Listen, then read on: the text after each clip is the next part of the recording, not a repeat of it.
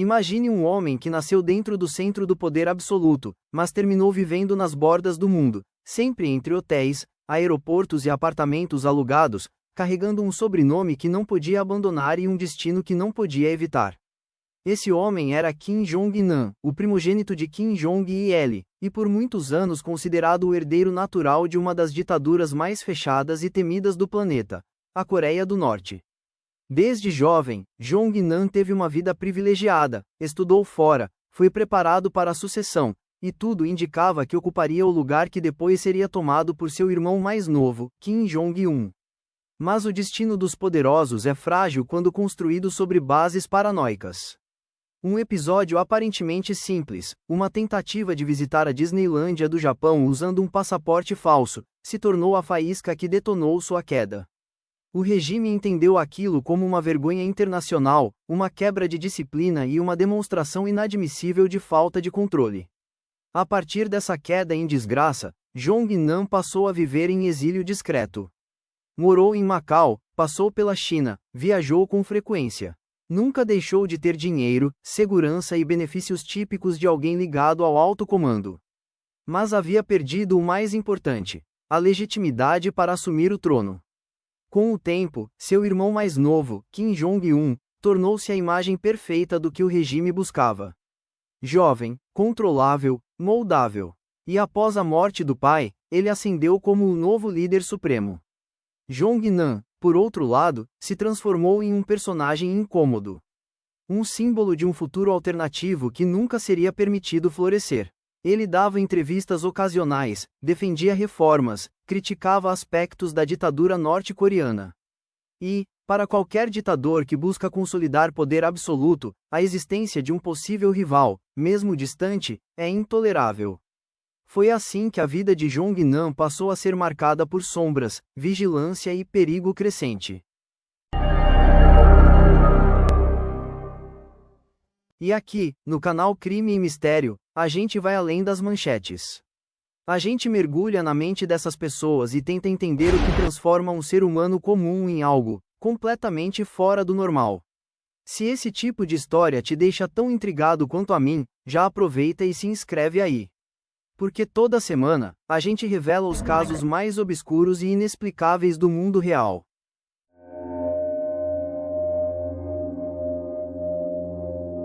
O aeroporto de Kuala Lumpur, na Malásia, é como tantos outros do mundo. Movimentado, caótico, cheio de anúncios, filas e turistas.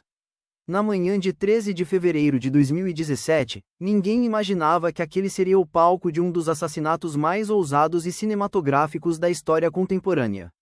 Kim Jong-nam caminhava tranquilamente pelo terminal, carregando apenas alguns pertences. Ele não buscava atenção. Passava despercebido, com aparência cansada e roupa simples. Usava o nome, Kim Chol, no passaporte, um disfarce que o acompanhava quando não queria ser reconhecido. Mas alguém estava observando. Ou melhor, várias pessoas estavam observando. As câmeras de segurança registraram cada passo. 2 grupos diferentes de espiões norte-coreanos estavam espalhados pelo aeroporto. Eles monitoravam horários, rotas, fluxos de passageiros. Era uma operação complexa demais para ser improvisada. Tudo indicava que aquele momento havia sido planejado ao longo de meses. E então tudo aconteceu. 2 mulheres se aproximaram de Jong-nam quase ao mesmo tempo. A primeira apareceu por trás, tocou rapidamente seu rosto e esfregou uma substância desconhecida. A segunda repetiu o movimento segundos depois. Durou menos de 2 segundos. Para quem assistiu de longe, parecia até uma brincadeira estranha. Uma pegadinha. Nada que chamasse a atenção. Mas as mãos daquelas mulheres carregavam um dos venenos mais perigosos do mundo. O agente nervoso VX, uma arma química proibida internacionalmente e capaz de matar uma pessoa adulta em minutos. Jong-nam, imediatamente após o ataque, começou a sentir ardor nos olhos, dificuldade para respirar e uma sensação avassaladora de que algo estava muito errado. Cambaleando, buscou ajuda no balcão de informações. Ali, diante de funcionários assustados, pronunciou suas últimas frases conscientes: "Alguém passou algo no meu rosto. Acho que estão tentando me matar." Ele foi levado rapidamente até o centro médico do aeroporto, mas seu corpo já estava em colapso. Os médicos tentaram estabilizá-lo, chamaram uma ambulância, mas nada adiantou. Pouco tempo depois de chegar ao hospital, Kim Jong-nam foi declarado morto. E o mundo entrou em choque.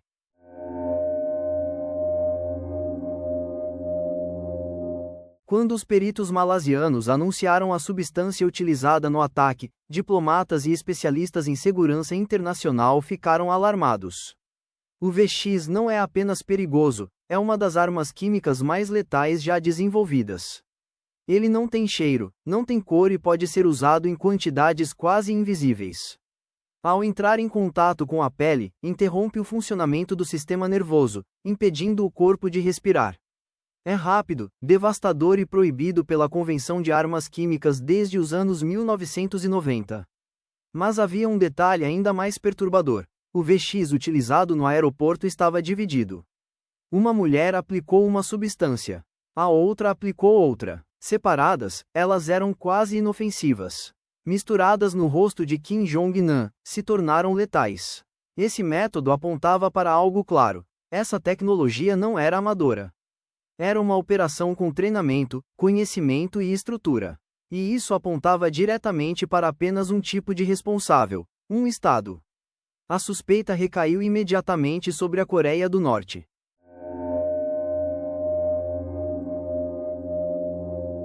As duas mulheres responsáveis pelo ataque, a vietnamita Doan Thi Oanh e a indonésia Siti Aisyah, foram presas em poucos dias.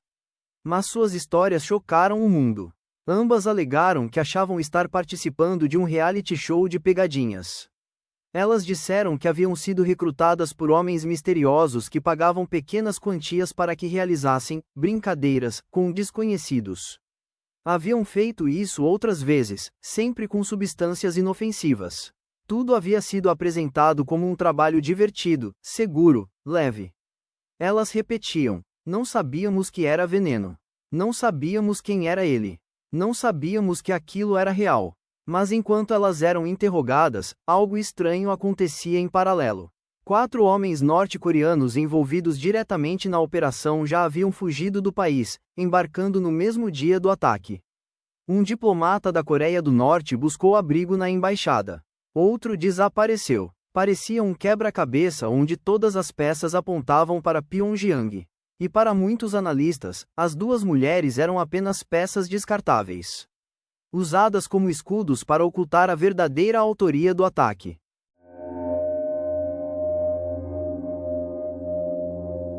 A pergunta inevitável surgiu: por que Kim Jong-un ordenaria a morte de seu próprio irmão? A resposta envolve política interna, paranoia e controle absoluto. Kim Jong-nam era o primogênito. Em culturas e regimes de tradição dinástica, isso tem peso simbólico gigantesco. Mesmo em exílio, ele representava uma alternativa legítima ao governo de Kim Jong-un. E o mais importante, uma alternativa apoiada por elites que viam Jong-un como inexperiente, explosivo e imprevisível. Além disso, Jong-nam falava demais. Suas entrevistas ao longo dos anos incluíam críticas ao regime. Ele dizia que a Coreia do Norte precisava se modernizar, se abrir, se transformar. Ao mesmo tempo, havia rumores de que potências rivais poderiam usá-lo como figura simbólica em um governo alternativo caso o regime norte-coreano colapsasse. Para Kim Jong-un, isso era inaceitável. Ele já havia mandado executar seu tio Jang Song-taek, acusado de traição em 2013. A morte de Jong-nam, se confirmada como ordenada pelo governo, seria apenas mais uma demonstração pública de que qualquer ameaça à estabilidade interna seria eliminada, mesmo que fosse um membro da família.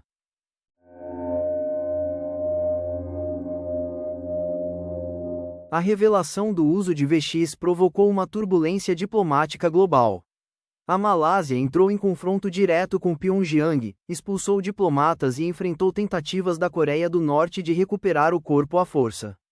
A Coreia do Sul declarou oficialmente que o assassinato havia sido comandado pelo governo norte-coreano. Os EUA classificaram o ataque como uso de arma química em território estrangeiro. O caso acendeu alertas na ONU e em organizações de segurança internacional. O que mais assustava os especialistas era a facilidade com que o VX havia sido contrabandeado e utilizado em público. Se isso aconteceu uma vez, poderia acontecer de novo, em qualquer país. O assassinato se tornou uma questão global de segurança, espionagem e diplomacia.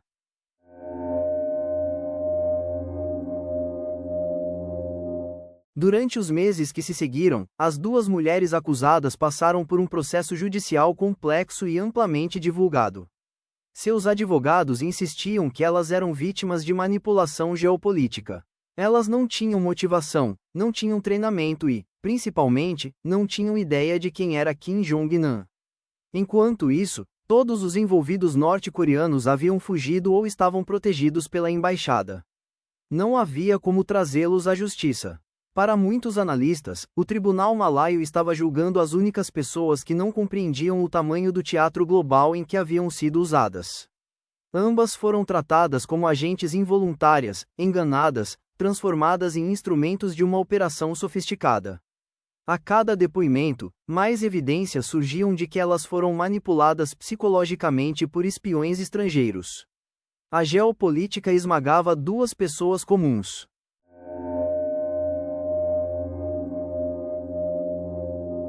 Com o passar do tempo, Kim Jong-nam ganhou uma espécie de aura mítica.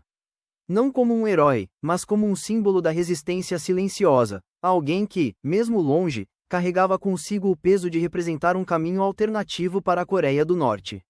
Sua morte se tornou um lembrete cruel de até onde regimes autoritários estão dispostos a ir para proteger suas narrativas internas.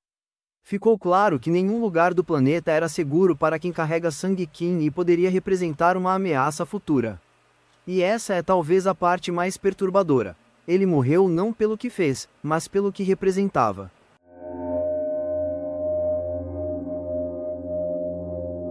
O caso de Kim Jong-nam revelou fissuras perigosas no sistema de segurança global.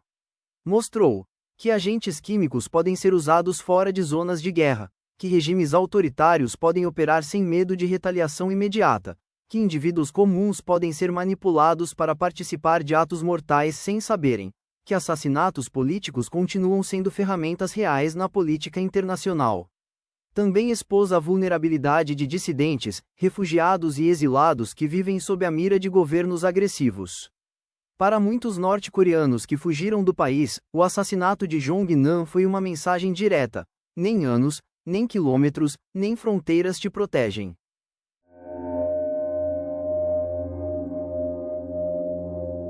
Hoje, a história de Kim Jong-nam permanece como uma cicatriz aberta na política mundial. Um lembrete brutal de como poder, paranoia e violência podem se entrelaçar para produzir tragédias que ultrapassam a compreensão humana. Sua morte revelou não apenas a crueldade do regime de seu irmão, mas também a fragilidade da liberdade global quando confrontada com ambições autoritárias. E enquanto a Coreia do Norte continua sob o comando de Kim Jong-un, o espectro de Jong-nam paira como um aviso silencioso: quando o poder não tem limites, ninguém está a salvo. Nem mesmo aqueles de sangue real.